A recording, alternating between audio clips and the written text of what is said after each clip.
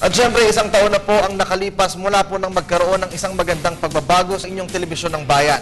Sa loob po ng 12 buwan, kasalo po nyo kami. Sa inyong pananghalian, hatid po ang may init na balita mula sa loob at labas ng bansa. Isang taon na rin ninyo kaming kasama sa pagtutok sa mga mahalagang usapin sa lipunan.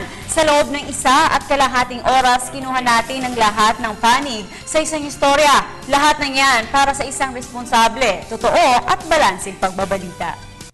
Hinatid din namin sa inyong mga tahanan ng mga programang handog ng pamahalaan. Bukod dyan, nakompleto rin ang ating pananghalian sa pamamagitan ng pagbabalik tanaw sa ating kasaysayan at pagpapabatid ukol sa ating mga batas.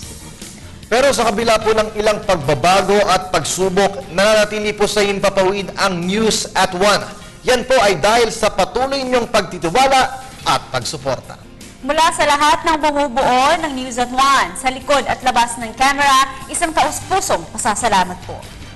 Naway patuloy pa rin namin kayong makasama sa mahaba pang panahon at sabay-sabay nating tahakin ang tuwid na daan.